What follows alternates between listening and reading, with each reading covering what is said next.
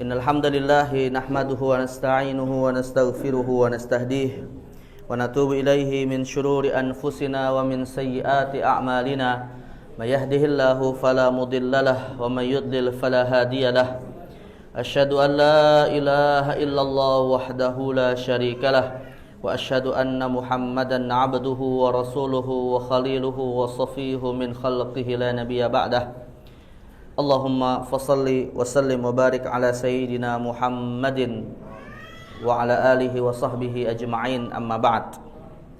Jemaah kaum muslimin yang dimuliakan Allah Azza wa Jal, alhamdulillah kita senantiasa bersyukur pada Allah Subhanahu wa taala pada kesempatan di siang hari ini di bulan istimewa, pekan pertama dari bulan Muharram 1447 Hijriah. Kita kembali diberikan oleh Allah kemudahan, kesempatan, panjang umur untuk bisa kita melaksanakan kewajiban kita ibadah sholat zuhur berjamaah. Dan kita berharap mudah-mudahan setiap detik waktu kita beribadah kepada Allah Subhanahu wa taala kelak di yaumil qiyamah bisa menjadi sebab untuk kita mendapatkan ridhonya, dan mudah-mudahan kita termasuk orang-orang yang ditakdirkan bisa menemani Nabi Muhammad sallallahu alaihi wasallam di Jannatil Firdaus. Amin ya rabbal alamin. Jemaah sekalian yang dimuliakan Allah, kembali kita akan melanjutkan pembahasan tentang fikih keluarga terkait dengan hukum-hukum seputar harta waris, ya, yang merupakan salah satu ilmu yang diwasiatkan oleh Nabi Muhammad untuk kita pelajari. Dan hari ini kita masih akan melanjutkan tema sebelumnya yang belum kita selesaikan, jemaah sekalian, yaitu tentang konsep pembagian harta waris, ya, dalam kondisi ketidaksinkronan antara hak waris dan harta yang ada, ya, yang disebut dengan konsep aul dan rod, ya.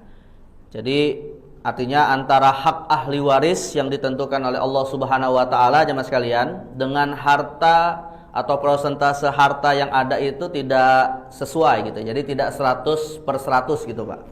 Ya, atau tidak 100% genap gitu ya. Nah, jadi dalam persoalan teknik pembagian harta waris, konsep ketika tidak terjadi sinkron ini tadi, maka namanya disebut dengan aul dan rod. Dan kita pada pertemuan yang lalu sudah membahas konsep tentang aul, Pak ya. Jadi aul itu konsepnya adalah di mana hak waris lebih besar daripada harta waris. Hak waris lebih besar daripada harta waris, ya. Jadi misalnya kalau anggaplah harta waris itu, Pak, kita jadikan 100%, tetapi rupanya setelah ditetapkan siapa ahli warisnya dengan haknya masing-masing, rupanya lebih, bisa sampai 110% misalnya. Nah, maka 10% itu namanya disebut dengan, yang kelebihan dari 100 itu disebut dengan aul gitu ya. Nah, tentunya aul ini, Pak, nanti teknisnya yang sudah kita bahas, ya, mudahnya adalah kelebihan itu di-sharing kepada seluruh hak ahli waris hingga hak ahli waris otomatis juga berkurang. Nah, itu kalau konsepnya adalah aul. Tapi bisa jadi jemaah sekalian, nah hari ini yang akan kita bahas, rupanya harta warisnya itu, Pak, lebih banyak daripada haknya gitu ya. Jadi harta warisnya 100%, Pak, tapi rupanya ahli warisnya itu haknya misalnya hanya 80%. Nah, berarti kan ada sisa 20%. Nah, sisa 20% ini namanya disebut dengan rod. Ya, jadi kalau hak warisnya lebih sedikit daripada harta waris, nah ini konsep ini namanya disebut dengan rod. Ya, nanti kita akan lihat bagaimana contoh-contoh kasus terjadinya rod ini. Kira-kira rod ini, Pak, kelebihan harta waris ini tadi dari hak ahli waris sebenarnya itu punya siapa, Pak? Kira-kira kita sebagai tetangganya boleh nggak daftar dapat rod itu, Pak? Ya, tetangga kita lagi bagi harta waris, rupanya ada kelebihan. Nah, jadi kita bilang, kan saya ikut membantu menghitung, bolehlah dapat rodnya gitu. Boleh nggak kira-kira, Pak? Ya, boleh. Kalau boleh, nah, ya, paling kaya ustadz nanti, Pak. Nah, jadi jawabannya tentu tetap akan di-share juga kepada ahli waris gitu ya. Jadi artinya dalam kasus aul, Pak, hak ahli waris berkurang, tapi dalam kasus rod malah hak ahli waris bertambah dari hak sesungguhnya. Makanya nanti ada istilah ahli waris itu Pak mendapatkan yang sesuai dengan hak waris plus rot misalnya. Ya, plus rot. Nah, bagaimana contoh kasusnya? Nanti kita akan bahas. Tapi sebelum kita bahas jemaah sekalian, sedikit saya ingin mengulangi dulu teorinya Pak ya. Kemarin kita sudah bahas tentang aul, ini sudah kita bahas. Nah, sekarang kita akan bahas konsep tentang rot yang kedua ini ya. Jadi rot ini definisinya secara sederhana pembagi lebih kecil dari harta yang dibagikan.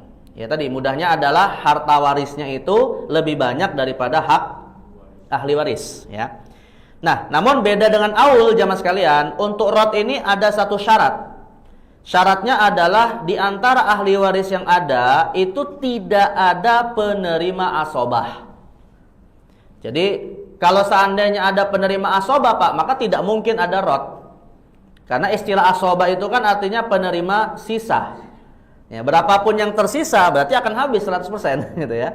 Nah, jadi maka untuk kasus rot ini tadi syarat utamanya tidak ada ahli waris yang menerima dengan teknik asobah. Nah, sedikit saya ingin mengulangi juga Pak ya, bahwa ahli waris itu dari sisi haknya yang ditentukan oleh Allah dan Rasulnya itu ada dua. Ada yang ditentukan langsung oleh Al-Quran dengan pecahan-pecahan yang ada berapa, masih ingat Pak pecahannya dalam Al-Quran? Ada berapa? Masih ingat? Hah? Ini memang kayaknya udah dekat tanda-tanda hari kiamat ini Pak. Ini ahli kita baru belajar beberapa pertemuan sebelumnya udah pada lupa. Ada 6 Pak, ada 6 pecahan ya. Dari yang paling besar 2/3. Lalu yang kedua berikutnya berapa? 1/2. Oh, jangan langsung loncat. 1/2, 1/3 dulu ya. 1/3, yang ketiga 1/3, yang keempat 1/4. Yang kelima 1/6, dan baru yang keenam yang paling kecil 1/8. Nah, 2/3, 1/2, 1/3, 1/4, 1/6, 1/8. Nah, ini 6 angka pecahan ini Pak Allah sebutkan dalam Al-Quran ya. 2/3 disebut dengan sulusani dalam Al-Quran. Lalu 1/2 disebut dengan nisfu, 1/3 disebut dengan sulus, 1/4 rubu', 1/6 sudus, dan 1/8 sumun. Nah, jadi ini namanya disebut dengan fardu Pak, disebut dengan fardu ya.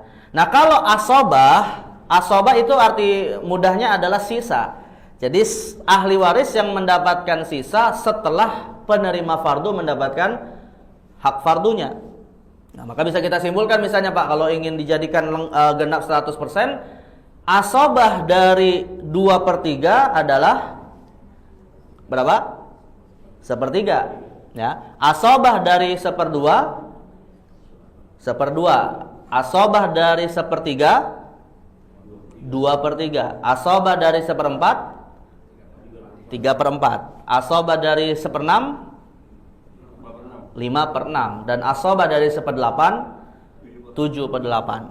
Nah, jadi 7/8, 5/6, 3/4 Pak, itu nggak ada dalam Al-Quran ya. Dasarnya adalah hadis Nabi SAW yang menyebutkan jika ada ahli waris laki-laki yang terdekat hubungannya dengan almarhum dan ada harta waris yang tersisa, maka dialah yang berhak mendapatkan yang tersisa atau asobah tersebut. Makanya penerima asobah itu Pak rata-rata ahli waris laki-laki. Tapi kalau penerima fardu kebanyakan perempuan meskipun ada laki-laki. Maka dalam kasus rot ini Pak, nanti kasus yang akan kita temukan kebanyakan kalau ahli warisnya adalah perempuan. Ya, tapi kalau misalnya ada ahli warisnya laki-laki Pak, maka tidak akan ada kasus rot. Ya, dalam hal ini laki-laki yang dimaksud yang paling dekat urutannya nih Pak ya, yang paling dekat urutannya adalah anak kandung laki-laki, lalu yang kedua cucu laki-laki, lalu yang ketiga ayah ke atas, yang keempat kakek dari jalur ayah, yang kelima saudara kandung laki-laki, yang keenam saudara laki-laki seayah. Ya, yang berikutnya saudara laki-laki seibu. Yang berikutnya siapa lagi Pak? Setelah saudara urutannya. Nah. Enggak, bukan mama. Anak dari saudara. Keponakan. Ya, keponakan dulu ya. Keponakan pun hanya keponakan laki-laki dari saudara laki-laki yang sekandung atau seayah. Ya, jadi kalau keponakan laki-laki dari saudara seibu bukan ahli waris. Hanya yang keponakan dari saudara sekandung atau seayah. Itu pun hanya dari jalur laki-laki. Ya, jadi kalau keponakan dari jalur saudara perempuan bukan ahli waris. Ya, jadi keponakan laki-laki dari saudara laki-laki sekandung atau seayah. Nah, baru Pak setelah keponakan jalur ayah, saudara ayah. Itu pun saudara ayah yang ahli waris Pak hanya paman saja, yaitu saudara laki-laki dari ayah. Adapun paman dari paman dari ibu bukan ahli waris. Paman dari ibu bukan ahli waris, ya. Dan semua bibi mau dari ayah atau ibu bukan ahli waris, hanya yang jalur ayah saja. Nah, baru kemudian terakhir Pak, ahli waris yang terakhir adalah siapa? Sepupu, ya. Yang paling jauh adalah sepupu, yaitu sepupu laki-laki dari paman yang tadi saudara ayah. Nah, jadi kalau seandainya Pak di dalam kasus waris itu masih ada anak laki-laki atau ayah, kakek, cucu laki-laki dari jalur anak laki-laki atau saudara laki-laki, keponakan laki-laki dari saudara laki-laki, paman dari jalur ayah, sepupu dari paman tersebut, maka tidak ada yang namanya kasus rot, ya. Karena mereka akan menerima sisa. Misal contoh sederhana Pak, ada orang meninggal, nanti kita sebutkan contoh kasusnya dari sisi rot. Contoh misalnya ada orang meninggal Pak, dia meninggalkan seorang istri, ya, tapi belum sempat punya anak. Orang tua semua udah meninggal, saudara nggak ada Pak, ya. Berarti kalau saudara nggak ada, keponakan otomatis nggak ada, ya. Rupanya Pak, bapaknya yang sudah meninggal sebelumnya juga punya saudara udah meninggal juga Pak, tapi sempat punya anak laki-laki sepupu, ya, anak sepupu laki-laki dari paman jalur ayahnya tadi Pak. Maka berapa hak istri di sini? Tadi kan yang meninggal ini Pak cuma punya istri, anak nggak ada, orang tua nggak ada, saudara nggak ada, keponakan nggak ada, paman sudah meninggal semua, tapi ada sepupu, Berarti hak istri berapa? Bukan 8. Ini memang tanda hari kiamat semakin dekat ini Pak. Berapa? Kebanyakan setengah Pak. Kalau istri itu 1/8 Pak, jika almarhum suaminya punya anak, kali 2 berapa? 1/8 kali 2 berapa? 1/4. Istri itu haknya antara 2 Pak, 1/4 atau 1/8 itu aja. Antara 1/4 dan 1/8. Jadi kalau almarhum tidak punya anak dia 1/4, kalau almarhum punya anak dia 1/8. Nah, jadi hak istri dalam hal ini hanya 1/4. Nah, itu fardu yang ditentukan dalam Al-Quran. Asobahnya berapa? 3/4 kan? Tetapi ada nggak ahli waris penerima asobah dalam kasus yang tadi kita sebut Pak?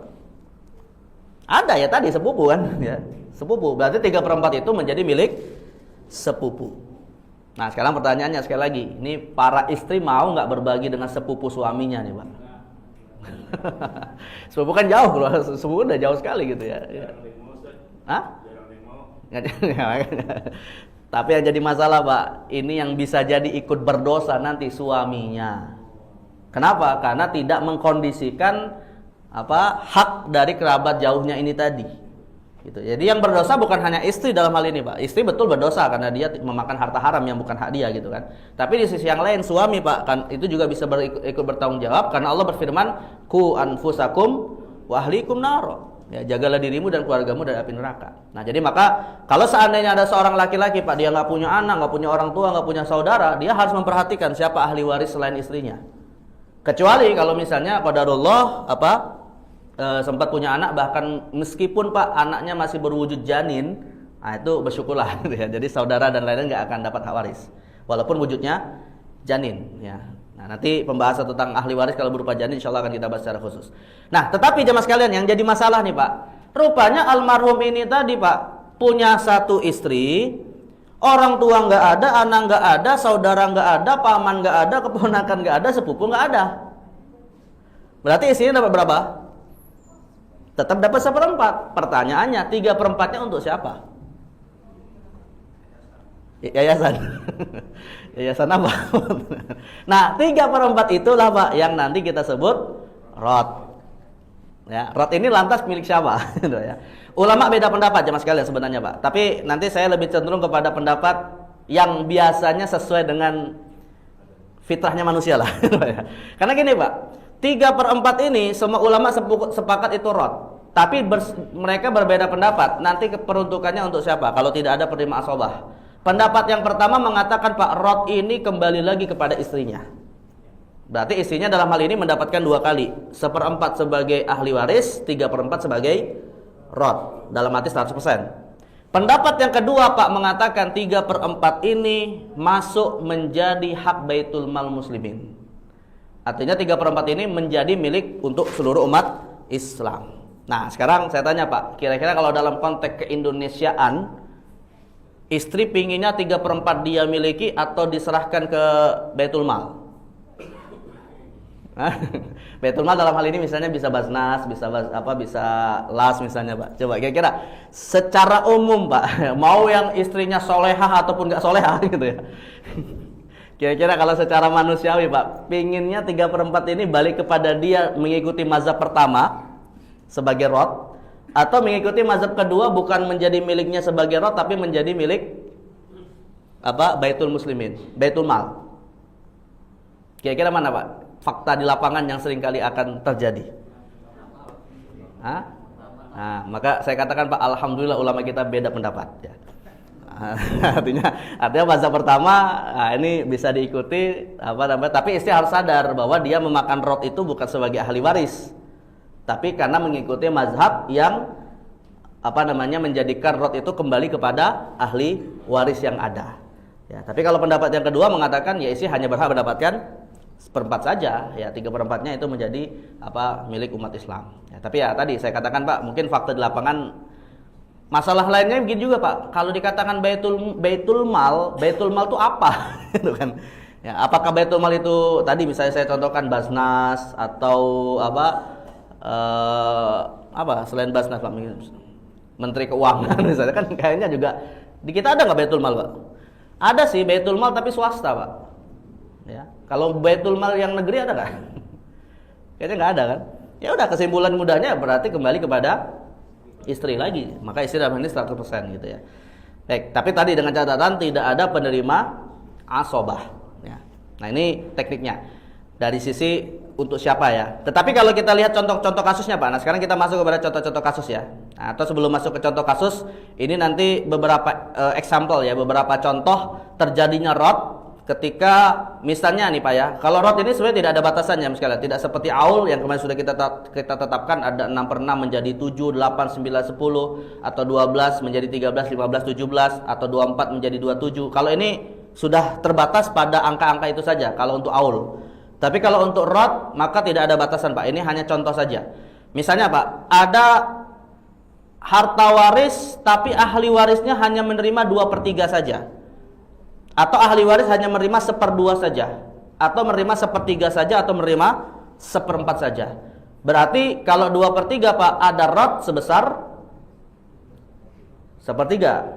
Kalau 1/2 berarti ada rod sebesar 1/2. Kalau 1/3 berarti ada rod sebesar 2/3. Kalau 1/4 berarti ada rod sebesar 3/4. Ini bukan asobah ya, bukan asobah tapi rod. Artinya tidak ada prima asobah.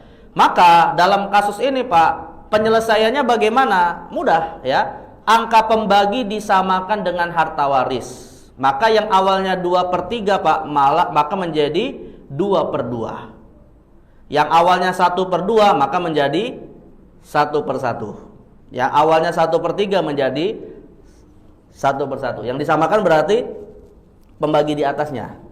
Ya, yang 1/4 berarti 1/1. Ini kebalikan dengan aul Pak. Kalau aul misalnya 2/3 berarti menjadi 3/3 ya. Kalau 1/2 2/2. Kalau 1/3 3/3. Kalau 1/4 4/4. Tapi kalau rod malah kebalikannya. Karena hartanya lebih banyak daripada hak waris, berarti semuanya kembali kepada siapa?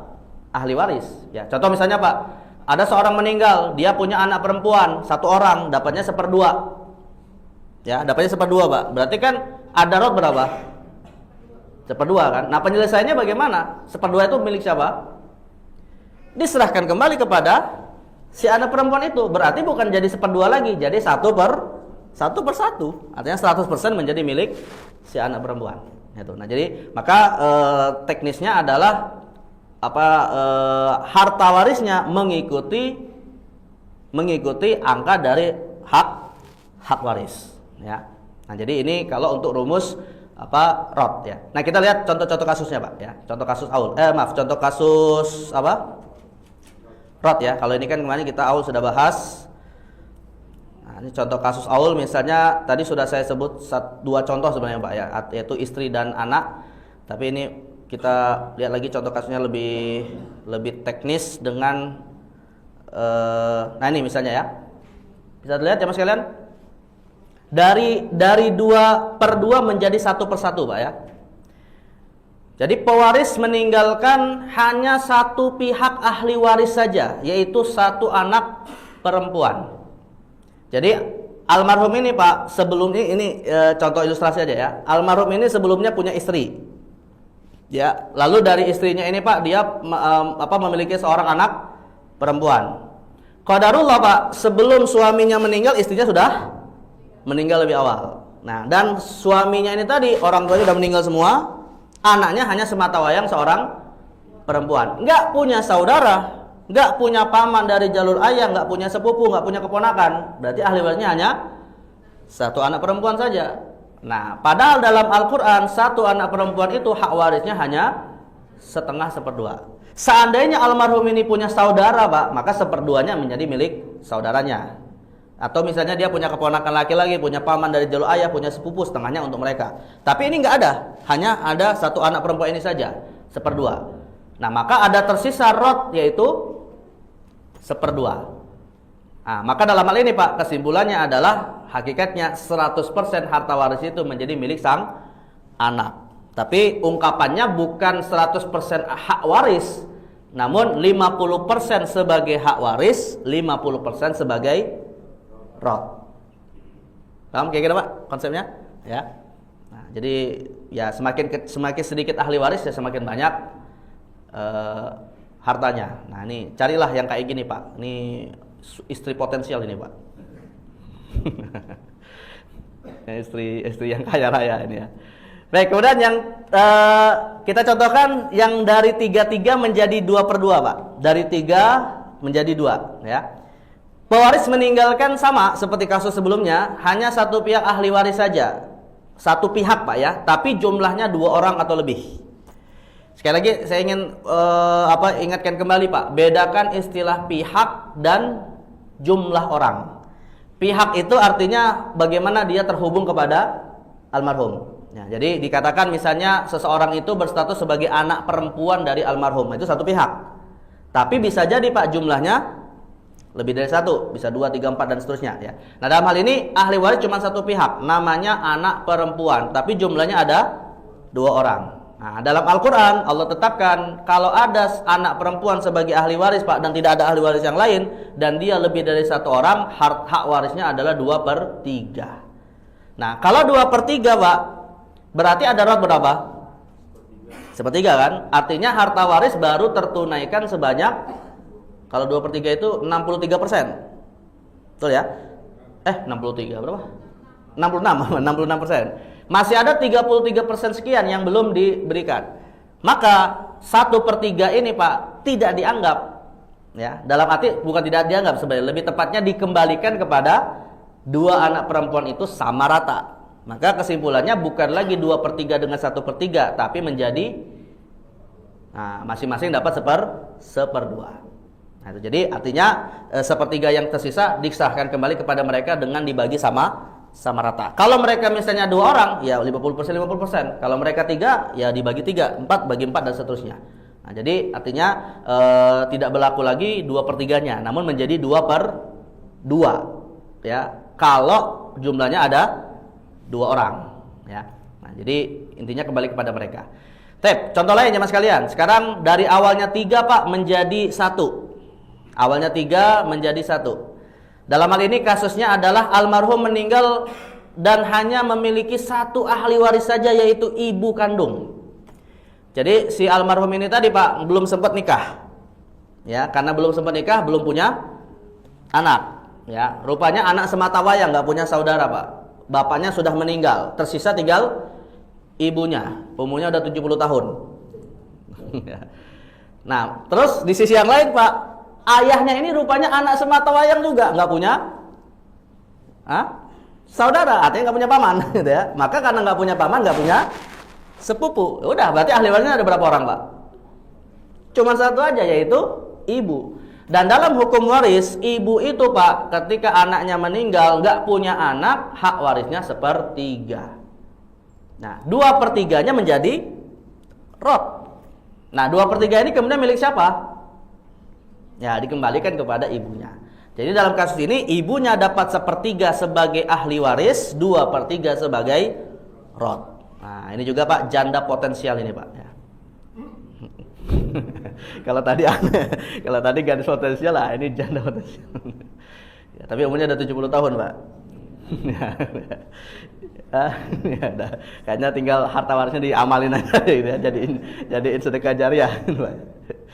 Baik, nah ini kasus ahli waris hanya ibu saja. Baik, kemudian yang berikutnya, Pak, ahli waris berikutnya hanya suami saja. Yang meninggal dalam hal ini adalah istrinya. Ya, seorang wanita meninggal, Pak. Rupanya ini wanita karir, ya, wanita karir. Sebelumnya ada dapat warisan dari orang tuanya, ya. Lalu menikah dengan seorang laki-laki. Nah, tapi kemudian setelah menikah belum sempat punya anak sudah meninggal. Dan juga anak sematawayang nggak punya saudara. Orang tua semua sudah meninggal, nggak punya paman, nggak punya sepupu dan seterusnya.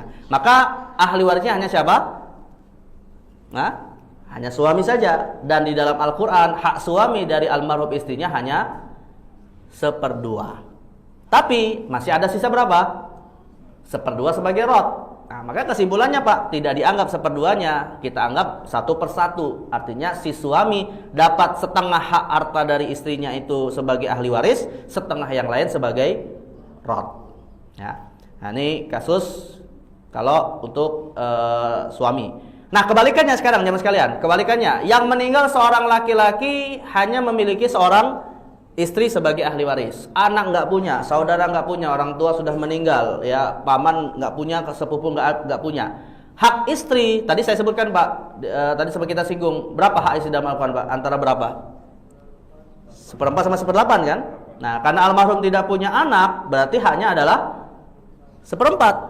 Masih ada sisa 3/4 sebagai rot. Nah, 3/4 inilah, Pak, yang tadi saya sebutkan ada pendapat di antara ulama, ada dua pendapat. Pendapat yang pertama dikembalikan kepada istri sebagai rot, pendapat kedua masuk sebagai baitul mal. Nah, tapi fakta di lapangan pastinya istrinya tidak terima.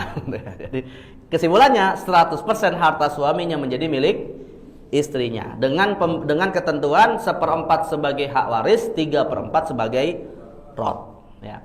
Baik, dan terakhir mungkin sebagai penutup, ya, yang di 6 nih, Pak, di 6. Belum ya, masih ada lagi nih, di 6 ya.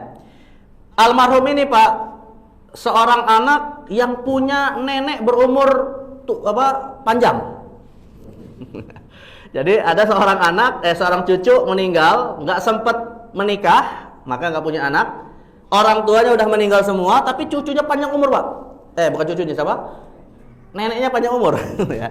Neneknya panjang umur, nggak punya saudara, nggak punya paman, nggak punya ponakan, nggak punya sepupu.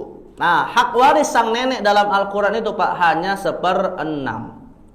Nenek itu cuma 1/6 hak warisnya, ya. Nah, tetapi karena tidak ada ahli waris yang lain, berarti rotnya berapa, Pak? 5/6. Nah, 5/6 punya siapa? Nah, dikembalikan kepada sang nenek. Jadi nenek dalam hal ini juga dapat 100%, 1/6 sebagai hak waris, 5/6 sebagai roh, ya. Baik, masih ada 2 contoh kasus lagi, Pak, yang lebih besar lagi nih, ya. Kemudian, nah sekarang kalau tadi kan kita contohkan, Pak, ahli waris cuma satu orang nih, Pak. Nah sekarang ahli warisnya 2 pihak. Ahli waris 2 pihak, Pak. Nah 2 pihak ini misalnya seorang wanita meninggalkan 2 ahli waris, ya, 2 pihak ahli waris. Pertama suaminya dan sempat punya anak tapi perempuan, nggak punya anak laki-laki. Jadi sekali lagi, Pak, tidak ada penerima asobah. Kalau ada anak laki-laki nggak ada rot, ya. Tapi di sini anaknya adalah perempuan, nggak punya saudara, orang tua sudah meninggal semua, nggak punya keponakan, nggak punya paman, nggak punya sepupu, ya. Maka ahli waris cuma 2 saja, istri dan 1 anak perempuan. Nah, dalam hukum waris, Pak, istri ini saya keliru sebenarnya, Pak. Ini perlu saya revisi ini sebenarnya. Di tabel ini keliru. Yang benar adalah mohon maaf, ini istri apa suami, Pak? Oh, benar. Baik, saya ralat, benar contohnya, Pak. Karena tadi saya membayangkan yang meninggal ini seorang laki-laki punya suami, tapi kita keliru. Yang benar adalah yang meninggal seorang wanita, dia punya Suami, ya. Nah, karena almarhumah istrinya ini Pak punya anak, maka hak warisnya berapa? Suami seperempat. Karena suami itu Pak hak warisnya 2 kali lipat daripada istri. Kalau istri hak warisnya antara seperempat dengan seperdelapan, kalau suami antara seperdua dan seperempat. Jadi kalau almarhumah istrinya punya anak, hak warisnya seperempat. Kalau almarhumah nggak punya anak, maka hak waris suami seperdua. Nah, maka suami dapat seperempat karena almarhumah punya anak. Nah, sedangkan anaknya perempuan Pak, 1 orang, maka hak warisnya hanya seperdua berdasarkan ketentuan Al-Quran. Seperempat ditambah seperdua, berapa totalnya Pak? Seperempat ditambah seperdua, totalnya berapa? 3/4. Ya kan kita samakan pembaginya 4, ya. 4 dibagi 4 kali 1, seperempat untuk suami. 4 dibagi 2 kali 1, 2/4 untuk siapa? Anak perempuan. Jadi suami dapat seperempat, anak perempuan dapat 2/4, masih ada sisa berapa? Seperempat. Nah, seperempat itu Pak disebut rod. Diserahkan kembali kepada mereka, dalam arti pembagiannya nanti menjadi bukan 4, tapi menjadi 3. 1/3 untuk suami, 2/3 untuk siapa? Untuk anak perempuan. Nah, jadi bukan lagi 4, tapi menjadi 3. Jadi suami dalam hal ini bertambah hak warisnya Pak. Yang awalnya seperempat menjadi 1/3. Ya, dan anak perempuan juga bertambah. Yang awalnya 2/4 menjadi 2/3. Nah, ini kalau kasusnya ada lebih dari 1. Nah, kebalikannya sekarang Pak. Kita tutup dengan kebalikannya, yaitu seorang laki-laki meninggal dan meninggalkan ahli waris berupa istri dan 1 anak perempuan. Ini kebalikannya ya. Maka istri Pak, hak warisnya karena almarhum punya anak, walaupun di sini perempuan, berarti berapa haknya? 1/8. Nah, si anak perempuan dapat 1/2. Ya, berarti kita ketemu hak waris 1/8 dan 1/2 Pak. Maka yang tersisa berapa kira-kira? Nih, 8 sama 2 Pak. Angka terkecil yang bisa dibagi. Yang angka 8. Ya, angka 8. Berarti istri tetap dapat 1/8. Sedangkan anak perempuannya dapat 4/8. Nah, 4/8 ditambah 1/8, 5/8. Masih ada sisa 3/8. Nah, 3/8 itu disebut rod. Tapi kita tidak ambil 8-nya Pak. Maka kita jadikan pembaginya 5. Pembaginya menjadi 5, bukan jadi 8. Artinya sang istri mendapatkan 1/5, sedangkan anak perempuan dapat 4/5. Jadi bukan 8-nya yang kita ambil, tapi total dari hak yang mereka dapatkan agar genap 100%. Nah, itu jadi ini teknik di dalam pembagian rod. Sebenarnya ada lagi Pak pendapat kedua yang mengatakan selain baitul mal tadi ya, ada juga yang mengatakan antara ahli waris nasab dengan ahli waris nikah Pak, itu lebih kuat ahli waris nasab. Jadi artinya Pak, ada yang mengatakan dalam kasus terakhir yang kita bahas ini, istri tetap dapat 1/8. Istri yang tetap dapat 1/8 Pak. Adapun anak perempuan, dia dapat 1/2 sebagai hak waris. 3/8 diserahkan hanya kepada anak perempuan saja. Istrinya nggak dapat. Kenapa? Karena anak dasarnya nasab, sedangkan istri dasarnya nikah. Maka dalam kasus ini istri tetap 1/8, anak perempuannya dapat 7/8. Nah, itu ada pendapat kedua yang mengatakan seperti itu. Tapi ada juga pendapat yang mengatakan di-share semuanya kepada mereka hingga pembagiannya istri 1/5, anak dapat 4/5. Karena tentu beda Pak ya. Tentu beda ya. Antara 1/5 dengan 1/8 banyakkan mana? Ya banyak. Artinya 1/8 sama 1/5 tetap banyak 1/5 kan? Nah, sebagaimana Pak 4/5 dengan 7/8 banyakkan mana? Ya 7/8. Ya 7/8 ya. Nah, jadi artinya kalau pendapat yang tadi saya katakan pertama ini, istri tetap dapat tambahan. Tapi kalau pendapat yang kedua, istri tidak dapat tambahan, tapi rodnya diberikan kepada anak perempuannya saja. Nah, ini ada 2 pendapat seperti itu. Ya tapi ya insya Allah seorang ibu mungkin tidak akan mempersoalkan itu mau pendapat pertama atau pendapat kedua. Ya. Baik, jemaah sekalian, Allah SWT, mungkin ini yang bisa saya sampaikan tentang kasus rod dan aul ya. Mudah-mudahan terbayang, dan mungkin kalau ada waktu tersisa Pak, ada yang mau mungkin bertanya atau langsung mau memberikan kasus untuk kita coba jawab. Mungkin saya yakin masing-masing punya kasus, Pak. Tapi nggak tahu kapan ngitungnya. Ada yang mau tanya mungkin, Pak? Silakan. Ya, Pak. Bayi tabung, Pak. Bayi tabung pertama gini, jamaah sekalian. Terkait warisnya ya maksudnya ya. Terkait waris. Yang pertama harus kita tetapkan gini dulu, Pak. Sebelum kita ngomongin warisnya, nasabnya ke siapa? Karena ngomongin warisan itu kan dasarnya dua sebabnya, Pak. Nikah dan nasab. Nah, yang menjadi persoalan bayi tabung itu nasabnya kemana? Apakah ke ibu, ke bapak, atau ke galon? Ya enggak lah, Pak.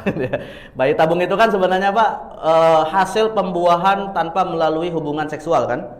Yaitu diinjeksikan sperma laki-laki ke dalam rahim seorang perempuan. Nah, yang jadi masalah, Pak, kalau sperma jelas Pak, rahimnya milik seorang wanita. Ya. Tapi yang jadi masalah itu adalah spermanya milik siapa? Kalau spermanya itu, Pak, adalah milik suaminya sendiri, suami dari si wanita yang punya rahim, maka anak yang lahir dari bayi tabung ini nasab kepada bapak kandungnya. Artinya nasab kepada pemilik sperma yang merupakan suami dari si ibu. Tapi yang jadi masalah, Pak, kalau spermanya ini rupanya dari orang lain. Ya, dan ini hukumnya haram, nggak boleh. Ya, nggak boleh. Jadi dia nyari benih yang berkualitas dari orang lain gitu, Pak. Misalnya cari benih yang berdarah biru misalnya, tapi rahimnya orang rakyat jelata misalnya gitu. Ya jelas ini nggak boleh, Pak, hukumnya haram gitu ya. Tapi kalau seandainya terjadi, telanjur terjadi gitu ya. Kalau terjadi, Pak, itu tidak zina, tapi dihukumi seperti zina. Kenapa tidak dihukumi zina? Karena tidak ketemu dua kemaluan gitu ya. Tapi dia dihukumi seperti zina, Pak, karena berasal dari sperma yang bukan berbeda. Sperma dari selain suaminya gitu ya. Nah, di luar nikahnya, bukan suami misalnya, di luar nikah lah gitu ya. Nah, di luar nikah. Nah, maka anak ini seandainya terlanjur, Pak, terlanjur terinjeksi, kalau belum terinjeksikan nggak boleh, haram hukumnya gitu ya. Tapi kalau terlanjur dan lahirlah seorang bayi, maka bayi ini, Pak, nasabnya ke ibunya, bukan ke pemilik sperma. Nah, dia tetap dapat hak waris, Pak, si anak bayi tabung ini. Tapi dari ibu, bukan dari ayah. Bukan dari si pemilik sperma, karena itu bukan anak kandungnya. Ya, tapi dia bisa mewarisi harta dari ibunya saja sebagai pewaris utamanya. Nah, tapi kalau bayi tabung itu lahir dari sperma suami sang wanita, Pak, maka dia nasabnya kan kepada bapaknya ya. Berarti kalau nasabnya kepada bapaknya, dia juga bisa mewarisi harta bapak dan ibunya. Jadi kesimpulannya bayi tabung itu, Pak, bisa nasabnya ke bapak ibu, bayi tabung itu bisa mewarisi harta bapak ibunya kalau dari hubungan suami istri yang sah ya. Tapi dia kalau tidak dari suami istri yang sah, maka hanya mewarisi harta ibunya saja, tidak lewat jalur ayah kandungnya atau ayah biologisnya. Tapi bisa jadi, Pak, ayah biologisnya ini tadi itu bisa memberikan dia sesuatu lewat jalur wasiat atau hibah. Tidak bisa lewat jalur waris ya. Dan nilainya tidak boleh lebih dari sepertiga. Nah, kalau misalnya dia kepada bapaknya kan besar, hak warisnya besar, Pak, 1/2. Tapi kalau lewat jalur wasiat maksimal hanya 1/3 saja. Dan yang kedua, Pak, harus taubat ya. Kenapa? Karena itu hukumnya haram kalau dari sperma selain suaminya. Nah, kayak gitu. Ya, begitu.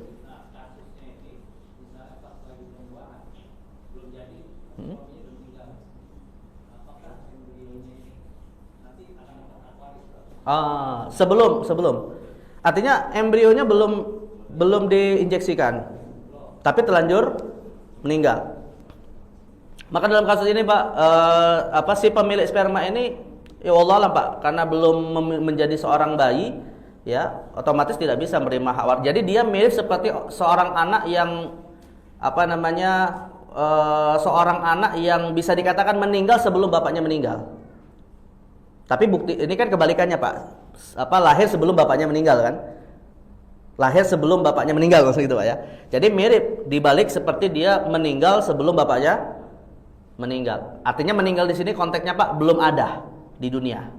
Tapi kalau misalnya, Pak, sudah terlanjur diinjeksikan tapi belum menjadi bayi misalnya, itu mirip seperti seorang janin yang sudah muncul tapi belum lahir ketika bapaknya meninggal. Nah, ini kan konteksnya ada dua berarti di sini, Pak. Konteksnya ada dua di sini. Belum diinjeksikan atau sudah diinjeksikan tapi belum menjadi bayi gitu ya. Nah, kalau sudah diinjeksikan Pak, dia berhak dapat warisan bapaknya. Tapi kalau belum diinjeksikan, karena informasinya juga sperma bayi tabung itu bisa bertahan lama Pak. Berapa lama Pak kira-kira Pak? Ada yang punya pengalaman? Ini di spermanya diambil gitu Pak ya. Lalu mungkin diletakkan di suatu tempat yang cukup kuat gitu kan, atau dieskan misalnya gitu. Nah, itu kan bisa bertahan lama gitu sperma. Hah? Puluhan tahun Pak. Wah, mantap itu sperma berkualitas tuh. Puluhan tahun gitu ya. Oh, di tempatnya ya. Rupanya puluhan tahun itu Pak belum diinjeksikan, tiba-tiba bapaknya meninggal lalu diinjeksikan gitu ya. Ya, maka hukum asalnya dia tidak mewarisi bapaknya karena belum ada ketika bapaknya meninggal gitu ya. Tapi dia tetap dapat warisan dari ibu. Tapi nasabnya Pak kepada bapaknya tetap. Ya, karena itu kan dari sperma bapaknya gitu ya. Tetap dia, tapi tidak dianggap mewarisi harta bapaknya. Ya gitu. Tapi ya jarang lah kejadian ini Pak. Nah, tapi yang jadi masalah begini Pak, belum diinjeksikan bukan bapaknya meninggal, tapi bercerai. Nah, kalau itu gimana Pak? Hah? Kalau bercerai gimana? Hah? Enggak, kalau bercerai Pak, tergantung nih Pak. Kalau diinjeksikannya si ibunya masih dalam masa iddah, berarti ikatan pernikahannya belum batal. Ya, maka nanti anak ini tetap nasab kepada bapak kandungnya dan juga bisa mewarisi. Tapi kalau diinjeksikan Pak setelah iddahnya selesai, berarti kan si bapaknya sudah tidak punya hubungan dengan ibunya kan, maka sama seperti kayak laki-laki lain yang nggak punya hubungan sebagai suami. Maka di sini satu hukumnya haram, nggak boleh, ya, karena dihitung seperti zina. Dan kalau terlanjur terjadi, ya sama seperti dari sperma orang lain, nasabnya hanya ke ibunya dan juga warisnya hanya ke ibunya. Walaupun itu secara biologis punya hubungan dengan bapak biologisnya gitu. Masalahnya sudah tidak ada ikatan pernikahan dengan ibunya. Nah, itu. Ya, ini kalau terjadi kasus kayak gitu Pak gambarannya gitu ya. Ya, tapi kan tadi kayaknya agak sulit lah gitu ya. Kalau udah cerai ngapain di bayi tabung dari suami yang udah bercerai gitu. Cari aja suami yang baru nanti baru. Tapi kalau suami yang baru masih punya kemampuan untuk bisa membuahi, ya kenapa harus bayi tabung gitu. Nah, jadi istilahnya udah dibatalkan saja proses bayi tabung kalau sudah bercerai gitu ya. Baik, mungkin seperti itu jam sekalian. Ada lagi Pak pertanyaan? Cukup? Cukup ya. Ibu mungkin atau udah bubar? Cukup ya. Baik, mungkin kita cukupkan ya Mas kalian, dan mudah-mudahan apa yang kita bahas hari ini bermanfaat. Dan mari kita tutup dengan doa kafaratul majlis. Subhanakallahumma wa bihamdika asyhadu an la ilaha illa anta astaghfiruka wa atubu ilaik. Wassallallahu ala sayyidina Muhammadin nabil ummi wa ala alihi wa sahbihi wasallam. Wassalamualaikum warahmatullahi wabarakatuh.